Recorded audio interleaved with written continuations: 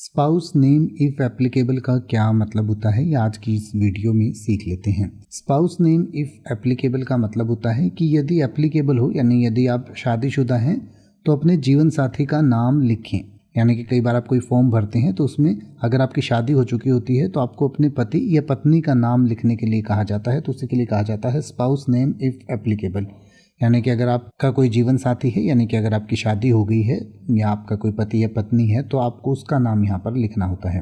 यानी कि this phrase is used to request the name of a person spouse but only if they are married. यानी कि जब शादी हो चुकी है तो ही आपको आपके पति या पत्नी का नाम यहाँ पर लिखना है, नहीं तो आप NA लिख सकते हैं, यानी कि नॉट एप्लीकेबल।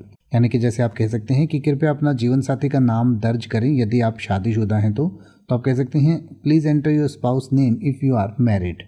या अगर आप ये कहना चाहें कि उन्होंने अपना जीवन साथी का नाम दिया क्योंकि वह शादीशुदा है, तो आप कह सकते हैं he provided his spouse name as he is married. अब आप किसी भी वर्ड का मतलब हिंदी और इंग्लिश में YouTube पर सर्च कर सकते हैं, आपको मेरी वीडियो मिल जाएगी जिसमें आप बिना किसी फालतू बकवास के सीधा उस वर्ड का मतलब समझ पाएंगे। तो ऐसी ही वीडियोस को देखते रहने के लिए चैनल को सब्सक्राइब करें और बेल आइकन को प्रेस करें।